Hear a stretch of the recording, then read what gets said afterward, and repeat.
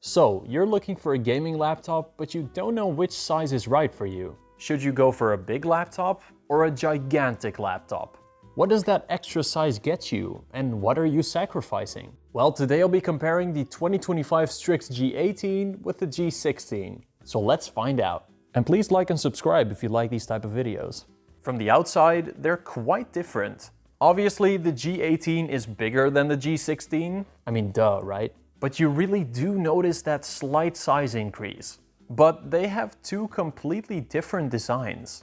All of the AMD models of the STRIX lineup this year use the old 2024 design, while all the Intel models use the new 2025 redesign. And this redesigned body is gorgeous. It has an RGB strip all around the laptop, which looks awesome. And while the G16 had an RGB strip as well, it's only on the front here. On the bottom, these two are also a lot different. The G16 has a more classic ass, with a bunch of screws, bumps and vents. But with the G18, it is gorgeous. And Asus has definitely paid more attention to this one. It also has a very cool trick to it, but we'll get to that later.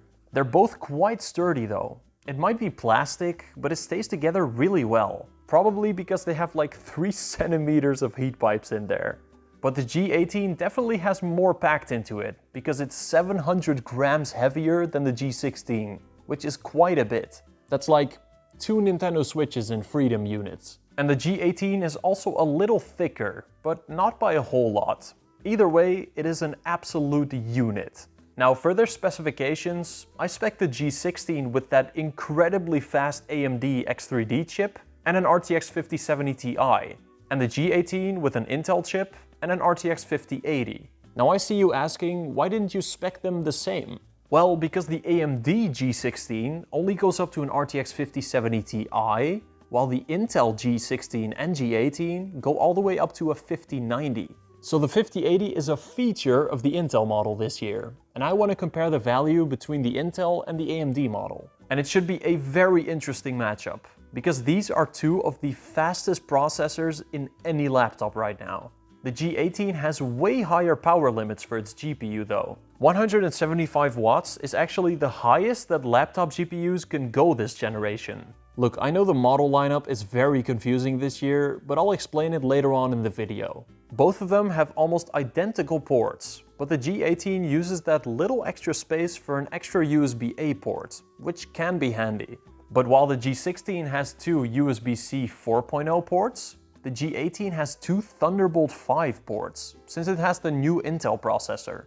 And while this doesn't mean anything to like 99% of people, the bandwidth difference between these two is huge. The G18's power brick is also quite a bit chunkier than the G16 one. This shouldn't be a surprise, since the G18 basically uses about as much power as a small gaming PC. But both of them can be charged up to 100 watts through their USB-C ports, so you could always just use a smaller charger for on the go. Now their keyboards are actually quite different. Both have an RGB backlight, but while the G18 has 4 RGB zones, the G16 actually has per key addressable RGB, which allows for some very cool lighting effects that look a lot less tacky. The G18 also has the space for a physical numpad, while the G16, well, we'll get to that in a second. Here's what their keyboards sound like to type on.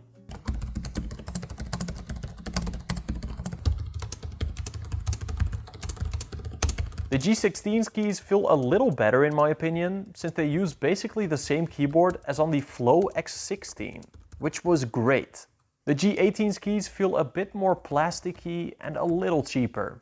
The delete button on the G18 is also in a bit of a weird place, but I might be nitpicking here. Their trackpads are also very different. You might not see anything special from the surface, except that the G18's trackpad is obviously bigger, but when I press this button, it changes everything. The G16's trackpad also doubles as a touch-based numpad. This is a pretty intuitive way to implement it, and you can always turn it off so it doesn't get in the way. Now obviously physical keys will still feel better, but it's a cool solution either way. As for how they feel and sound,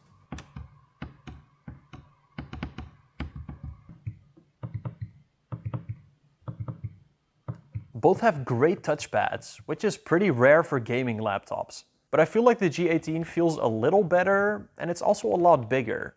They both have 240Hz 2.5K IPS displays, so the G18 is basically just a sized up G16 here. They both get just as bright at 500 nits, and their 240Hz refresh rate is awesome for any fast-paced games. It feels great to play CS2 on. 2.5K is also more than enough for anything you do on it, but it will be slightly sharper on the G16 since the pixel density is a little higher. The G18 though is technically a little better for multitasking, since it physically just has more space to work with. I think the redesigned G18 is supposed to have a different matte coating, but to me they look pretty much the same.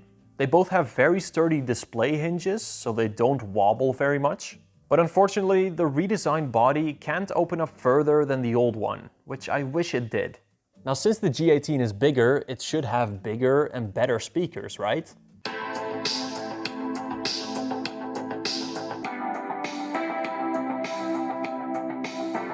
Wrong. For some reason the G18 sounds very muffled and quiet compared to the G16. They both don't have very much bass, but the G16 gets louder, has a little more bass, and overall just sounds better. I don't know why the speakers on the G18 aren't better. I mean, it's pretty odd. I think the STRIX G16 and the new G18 redesign use the same microphone and webcam, since they sound and look very similar. The G16 may be a little better, but yeah, they're pretty much the same. Which finally brings us to performance. Will the Intel chip in the bigger G18 beat the Ryzen chip in the smaller G16? Well, while it does beat it by a little bit in single-core performance, the Ryzen 9 performs way better in multi-core performance, which is pretty damn impressive. But in 3D Mark TimeSpy, we can see that full power RTX 5080 absolutely curb stomp the 140 watt 5070 Ti in the G16. But benchmarks aren't everything, folks. Let's see how these two compare in some actual games.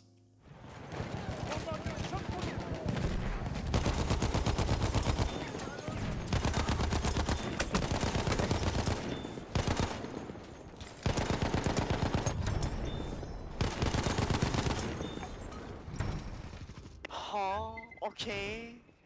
I love you, man. Oh, okay. Kinda game. You motherfucker, man. You motherfucker, man. I'll hack you to pieces. Ha! You'll never take me down.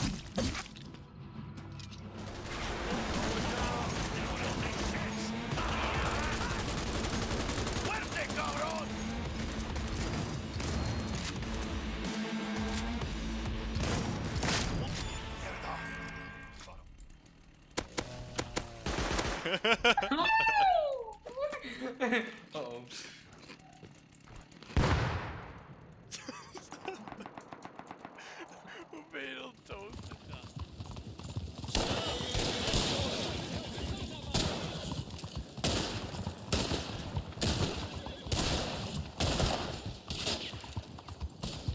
Now from these gaming tests, we got some very interesting results. In GPU-intensive games, like Cyberpunk and the Oblivion Remaster, the faster 5080 and the G18 was considerably faster than the 5070 Ti in the G16. But in CPU-intensive games like CS2 and Rust, the AMD chip in the G16 destroyed the Intel G18 by like a whole lot. Just like in the desktop X3D chips, this AMD chip seems to be incredibly fast for gaming. And while the G18 has more power to work with, its Intel chip simply isn't as good here. And despite that Intel chip having more cores, the 9955HX3D also outperforms it in multi-core performance by a lot. So if you mostly play GPU-intensive games, obviously the one with the higher GPU will be better. But in CPU-intensive games, it's not even close. That Ryzen 9 chip is an absolute beast. You know where they both suck though? In battery life. I ran battery tests in two different scenarios, under normal light use and during gaming. In the light use scenario, I played a YouTube video until their batteries died, with their displays at full brightness, at 60 Hz, and with their dedicated GPUs turned off. And while the G18 surprisingly did last a little longer, they both suck. And in real world use, you're probably gonna look at more like 2 to 3 hours of battery life, which is also very bad. In the gaming test, I played Battlefield 1 with the same settings as before, until they both died.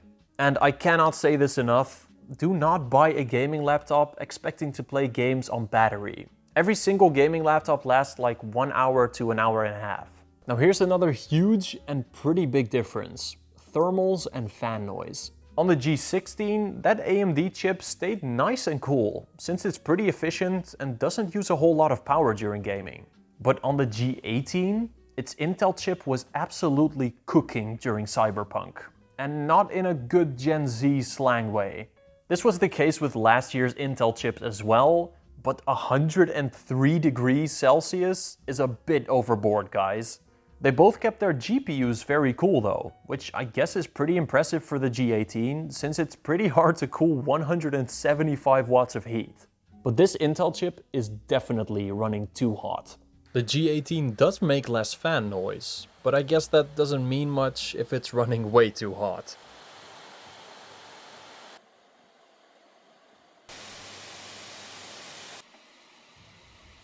Now they're both big, chunky gaming laptops, so they're both upgradable. But while the G16 needs a bunch of screws to open up, and probably some guitar picks, the G18 has one button, and it's completely open for upgrades. I haven't seen upgradability like this in at least 10 years, and I absolutely love it. Please bring this to more laptops. They both have 2 SODIMM RAM slots for easily upgradable memory. They both have 2 M.2 SSD slots for upgradable storage without having to replace the Windows drive, and both also have Wi-Fi card slots. But the G18 obviously wins here with that easy click system. Now, before we can get to pricing, first we have to understand all of the different configurations of these two. Prepare your anus. On the STRIX G16, you have an AMD model that goes up to an RTX 5070 Ti, but only comes in the old 2024 design. But the G16 also has an Intel model that goes up to a 5080, but this one only comes in the 2025 redesign. Now for the STRIX G18, it only comes with Intel processors in the new design and up to an RTX 5080. Are you confused yet? Well, there's also the STRIX SCAR models, which go up to an RTX 5090 in the new redesign and have cool funky extra LEDs all over its body. Very pretty. As for pricing, the G16 with that incredibly fast AMD chip starts at around $2,500 to $2,700, while the G18 with that Intel chip is a little more expensive, around $100 to $200 at most times. But they're both starting to drop in price now, so stay on the lookout. I'll post their Amazon links in the description below. Which brings us to our conclusion. Which one of these is better, the STRIX G18 or the STRIX G16?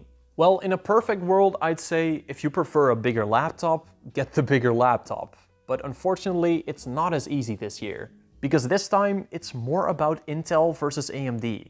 The Ryzen 9 in this G16 is not only leagues faster than the 275HX in gaming, it's also not at a constant boiling point. Yes, the STRIX G18 does have access to a faster GPU, so it's a lot better in more graphically intensive games. But I have never seen these kinds of frame rates before on a laptop in Rust and CS2. Now this new 2025 STRIX redesign does have awesome upgradeability, and it's in general just very pretty.